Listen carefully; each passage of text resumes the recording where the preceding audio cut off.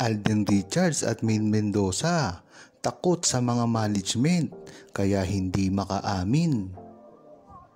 Hanggang ngayon nga ay nalilito pa rin ang buong Aldab Nation kung sino talaga ang kumokontrol sa kanilang mga karir. Si Alden Richards ay gumawa na ng sarili niyang kumpanya na Myriad na talaga namang sakop ang buong media katulad ng filming, gaming, sports, mga concerts, iba pa. Ngunit hawak pa rin naman siya ng GMA. Talagang nagpapakomplikado ng relasyon nila ni Maine Mendoza dahil si Maine Mendoza naman ay hawak ng TVJ at Eat Bulaga sa TV5. Kung dati nga na magkasama sila sa isang network ay talagang hirap na hirap pa sila pagsamahin at hadlang dito ang kanilang mga management, lalo na kaya na makapaghiwalay na sila ng TV network.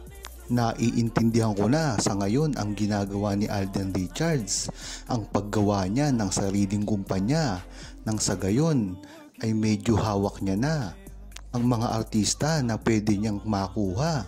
Kung matatandaan nyo, ang GMA7 ay hindi pinili ni Maine Mendoza at hindi talaga siya dito pumirma ng kontrata.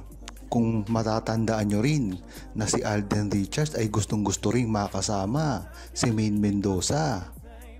Talagang nakakabilib ang ginawang hakbang neto ni Alden Richards, ang paggawa niya ng sarili niyang kumpanya nang sa gayon ay kahit hindi siya suportahan ng kanyang management na GMA ay maaari niyang makuha si Maine Mendoza.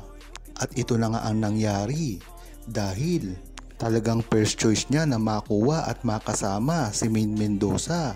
Yan ang totoong sinabi niya sa kanyang mga nakaraang interview.